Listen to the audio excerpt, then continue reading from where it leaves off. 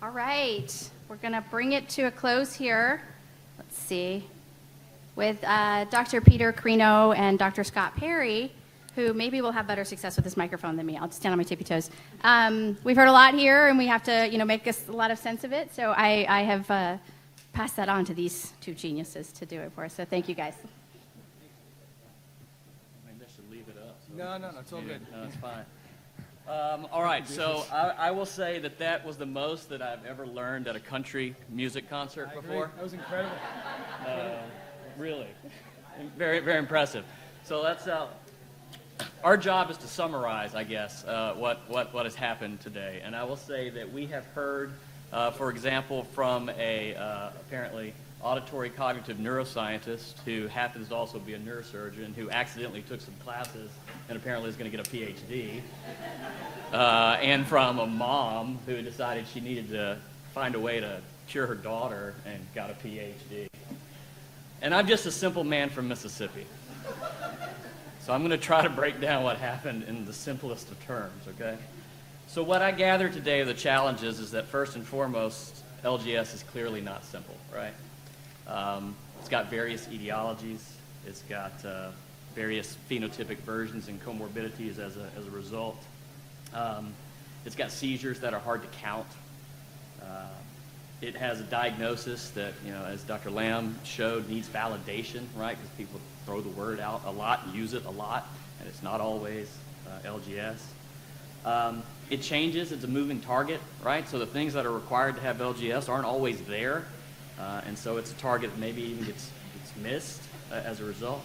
And I think for all of those reasons, as we talked about earlier today, sometimes it gets a bad rap, right? It gets a bad rap. People maybe don't want to focus on it as much as they need to. Maybe they feel like it's too overwhelming because there's too many reasons, too many things that play into it to study effectively. And then, again, as we talked about earlier today too, you hear people, saying, we don't really know what it is. But what I gathered from this, and I hope we take home, is that we absolutely know what it is. We don't necessarily know why it is. And that is the part that we need to figure out, because of all of these different scenarios all play into one endpoint, which is LGS. So there's got to be a way to find that and correct it, and then move to things like Elaine talked about. We've got to be able to diagnose this early. What Dan just showed is great stuff. If we see that early and can get those treatments out there early, maybe we can prevent this pathway. Maybe we can prevent this outcome.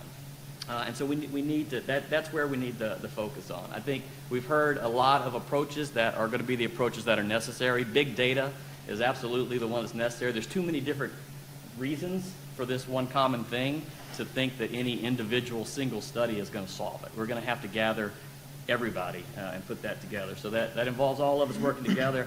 Glad that everybody that was here today is on that team. I think it's a great team.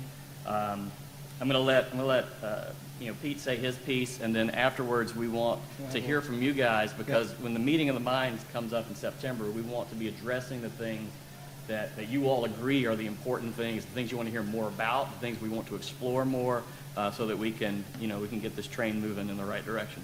That's good. All right. Well, stay here. Don't worry. The concert will keep going in a little bit. So I just wanted to ask, by a show of hands, how many adult neurologists are there here? Not pediatric neurologists who see kids, adult neurologists. No, actually people who are trained as adult neurologists, Jim. We won't ask about whether you behave like a child. So it's interesting. So one, right? Yeah, and me. So it's interesting because it kind of does parallel what we see in the rare epilepsy syndrome get-togethers in the American Epilepsy Society. So I'm an adult neurologist, and I see adult patients from age 18 to 75, actually, is my oldest rare epilepsy patient. And one of the things that I've learned in the last really almost 3 decades of my career is that so many rare genetic epilepsies, and LGS is associated with a number of rare genetic epilepsies, they are lifetime disorders. And so while our pediatric neurology colleagues do phenomenal jobs taking care of them between birth and age 18 to 21, there's a whole lifespan. And I was listening to the talks today, and it's interesting how much of what we're talking about is Lennox-Gastaut syndrome in the pediatric population, but I have 40 and 50-year-old people who have Lennox-Gastaut syndrome. And I have to tell you that anytime atonic seizure in a 57-year-old is not the same as it is in a 5-year-old. And so we do need to, I think, broaden our horizons to include those conversations. Clearly, transition of care is huge. Most of the patients that I receive in transition have had fabulous care by child neurologists, and it's a bit of a life shock for them. For those of you who are parents who've been through this, it's a bit of a life shock to go from very family-centered care to adult medicine tends to be more patient-centered care. And so there's a whole process for how we do this. I'm always impressed when I have a new patient referred to me with LGS and I ask them, so we'll go through what medications you're on. And it's perfect that we're in the Johnny Cash bars. There's a famous song by Hank Snow and Johnny Cash, which is I've Been Everywhere, if you know that song. Nashville's actually verse 3 in that song. And it's the case that we hear that most people have been tried on just about every medicine, sometimes in a logical fashion, but sometimes in a somewhat illogical fashion. And so I do think that it's important that we think through sort of stratification of how we look at medications. I will share this with you as an adult practitioner. It is an anathema to say this, but sometimes it's okay to revisit medicines you've tried in the past, and sometimes they do work, which is amazing. I'm a chair of a department, and so Dr. Abel, I'm sorry to hear about your conversations with the hospital CFO. I do it every day. It's really challenging. Nothing makes money, and so I just look at my CFO and say, I don't care. We're taking care of patients. You worry about making money. But it really is a challenge to think about how the best way to deliver care for patients. A couple of points I would take from the talks this morning that I think are broadly applicable. We focused in on the pediatric population, but I think it applies to lifespan care, is that LGS is a lifespan disease. And whenever we say that, do we mean that do we think this is a critical period disorder, that we're only going to have a limited time? No, I don't think so at all. I think there's plenty of opportunities for therapeutic development throughout the lifespan. I love some of the work I was just hearing about connectomics and looking at that because I think that's a really novel strategy. Brenda, in terms of putting that electrode into that tiny, tiny nucleus, one of the reasons I get along with neurosurgeons so well is I have great respect for what they do. I mean, let's face it, they never get to come home and say, well, it's not neurosurgery. It is every day, right? So it's pretty amazing what can be done. So I'm very excited about that data. I do think, to Scott's point, I think we do know what LGS is. But the why is a huge question, and when I see such an incredibly variable population of individuals with rare genetic epilepsies, early brain injury, pediatric early infection that is nonetheless yielding this very common phenotype, it does make me wonder how the network engenders itself, and do we need to think in a more stratified fashion about what the etiopathogenesis of LGS might be in each individual patient. It may be the case that LGS in a TS patient versus a perinatal hypoxic ischemic injury is not the same thing, and we do have to stratify that. Certainly in other rare genetic epilepsies and other rare epilepsy syndromes, we're taking the same approach. That's what precision medicine is. So those are some of my observations, and it was great to hear the talks, and I guess we can have a little bit of a discussion now. Is that what you'd like to have? Yes? Can I get a second mic up here so they don't have to share? We can share. We can work together.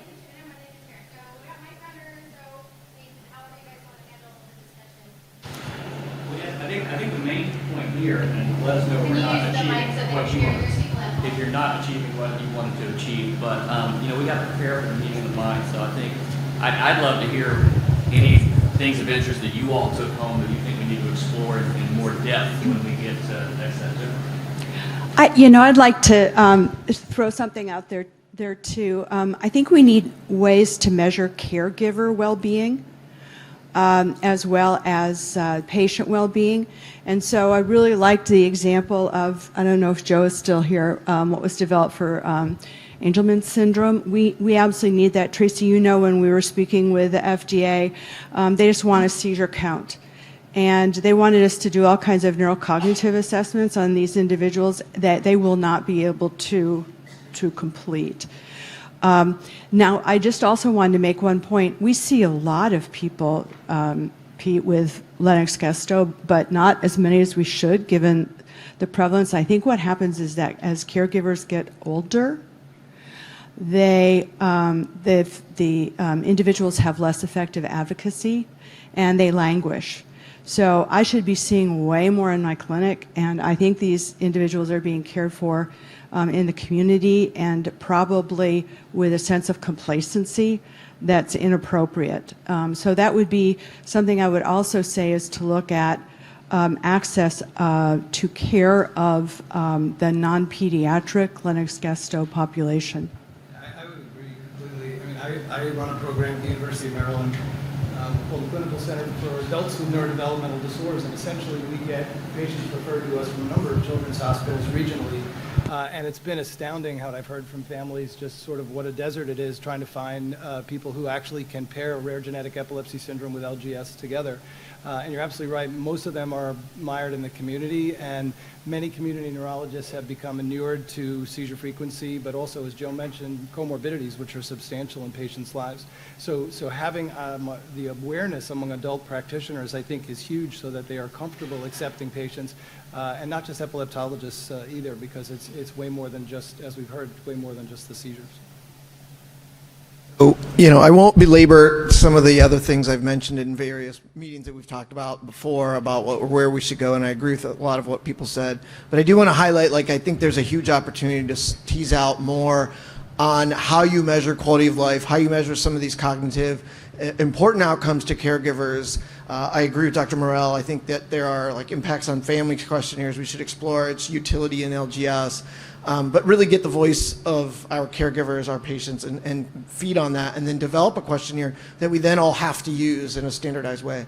The other big one is, and again, this is being fully transparent and biased, we've talked about all these treatments, we talked about all the stuff that's been going on, and the endpoints are about the same, What if we started looking at different ideas like quality improvement and applying those methodologies to see if we can actually improve outcomes in people with Lennox-Gastaut syndrome? So Jeff Buckhalter was here earlier, and I've been talking about potentially, getting a grant around this concept of not inventing new treatments, not coming up with something that's going to take a long time to figure out or understand how to implement in the right trial design. What if we just do the things we're supposed to do? Address their sleep, treat that effectively, make sure they're on treatments that are approved and work, those sorts of things, and we just apply this methodology. It's a very untapped area that nobody has looked at, and LGS, in my opinion, is ripe for that opportunity. Hi, I'm an LGS mom and a patient advocate. I have 3 reflections from today's meeting. And the first, thank you so much, Peter and Martha, for talking about the needs of adults with LGS.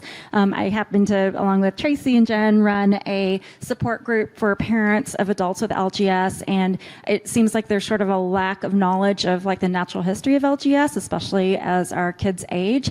And there are different impacts of LGS phenotypes on different aspects that impact quality of life. So for instance, schools are compelled to do whatever is required to, educate a child with LGS, but once they're out in the adult world, those there aren't the same requirements for programs to serve adults, and so we struggle a lot more with that. And things like, groups will say, we can't serve your kid, they're having too many seizures, or they're having too many behavioral issues, or they're not adequate in their activities of daily living for us to be able to serve them. So I feel like that is just a huge area of research that needs to be addressed. I hope that will be something that can be focused on. I think a second thing, reflecting on Joseph's talk about trial design, there's incredible power in the patient community, right? We have so many experiences that we're all walking around with, and we know, what medications have worked for our kid in the past, or really what the real experience is. And there's just so much of that knowledge, and I feel like we're not being asked to contribute that data. And I think that many of us were already doing things using Seizure Tracker to track our kids' seizure data. We have diaries that we're keeping, figuring out systems to really leverage that knowledge and wisdom that exists in the family community. So I personally would be happy if somebody would develop an app that we can just have quick daily reporting, thinking about clinical trials and long-term outcomes with regard to sort of developmental outcomes.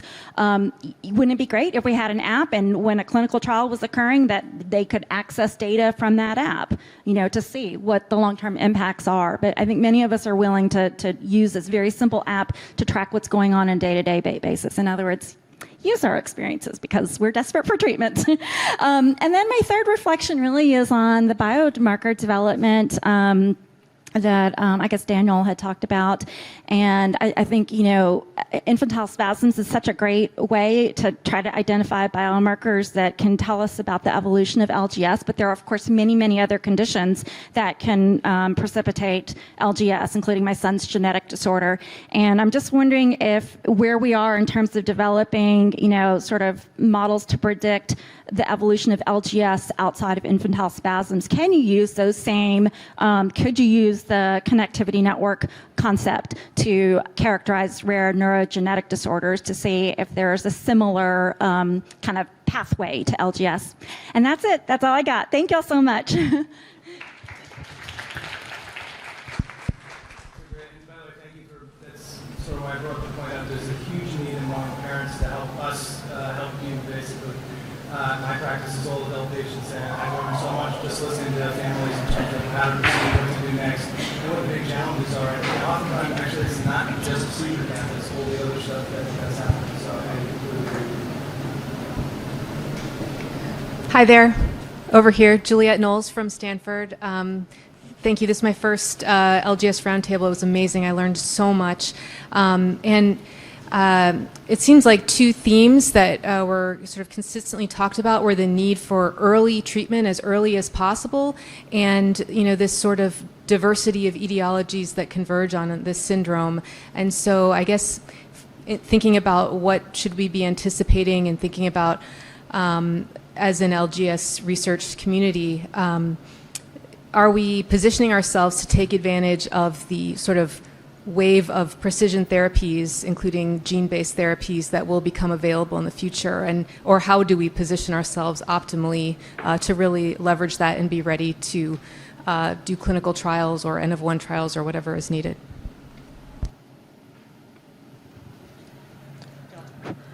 Sir, I'm a member of the LGS board, and I'd like to announce that the caregiver support first meeting will be in the bar after this meeting. Okay. No, Peter, I just wanted to mention that your comment about trying old medicines is so appropriate.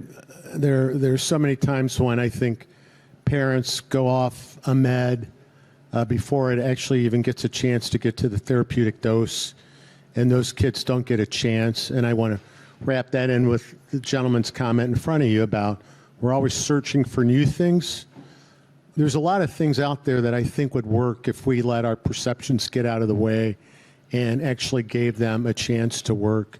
And last but not least, please study sleep. Sleep is so basic to my kids' seizures. That's the bullet, the silver bullet that we've been looking for. So.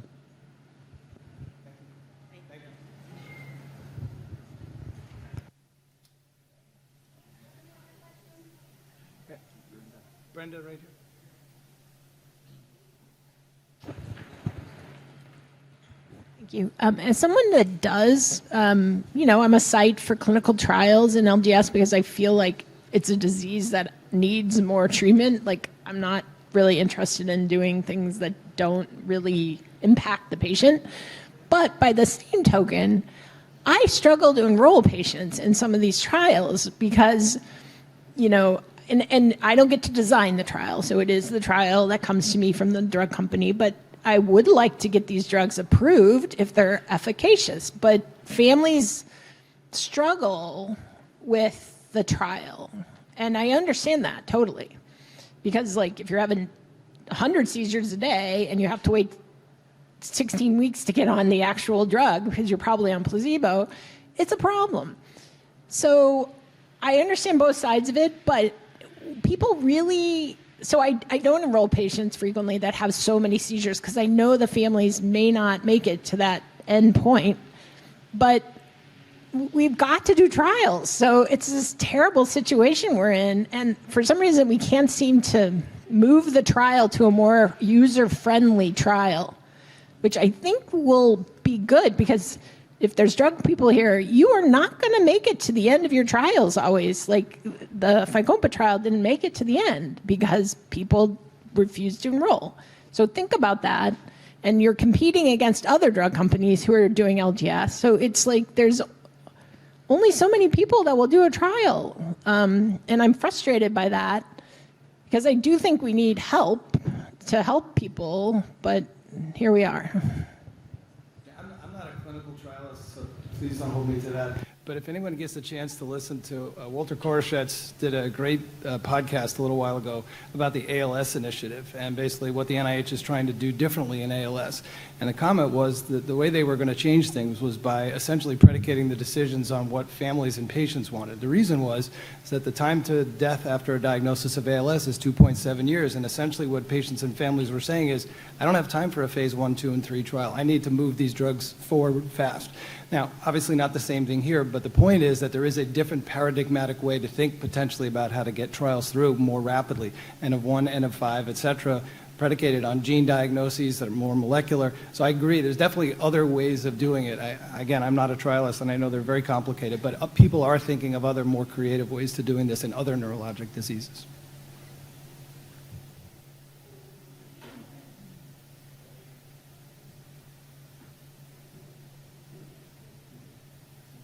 Okay. All right. So maybe more of a comment, but just thinking about Tracy's first slide. I mean, the seizures, we all get it, are the first kind of desire. There's a lot going on with that, but then there's all the other stuff. And I don't know, it's not worth addressing that maybe in a white paper or something at the meeting minds me, starting to get background data from the families of, for example, what helps with your LGS child with sleep? What makes it worse? What helps with their GI problems? What makes it worse? What helps with behavior? Then maybe the experts weigh in on it, then see what pharmacologically makes sense, given all our other treatments, because these kids are all on polypharmacy. They're all on tons of medicines for all sorts of things, and maybe a white paper to guide our colleagues and say, okay, you know, LGS, there's lots of other issues. This is just to help you so that you don't make things worse accidentally, while you're treating the seizures from all the other things. And those other things are important to families too. The seizures are, but I think a lot of our colleagues at least feel better about treating the seizures. They just get lost on all the other stuff.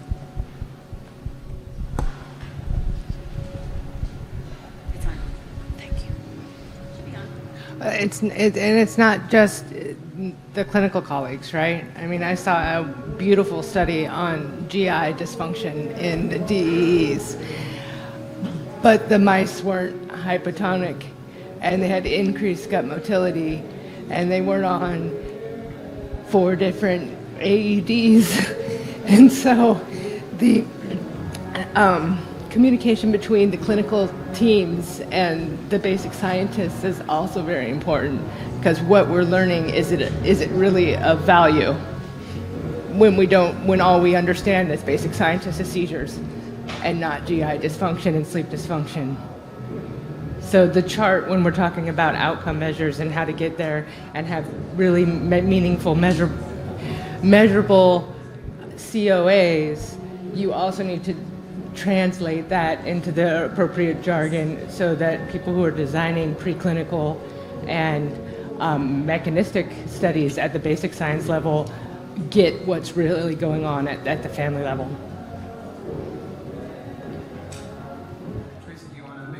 Yeah, do you guys have any final comments?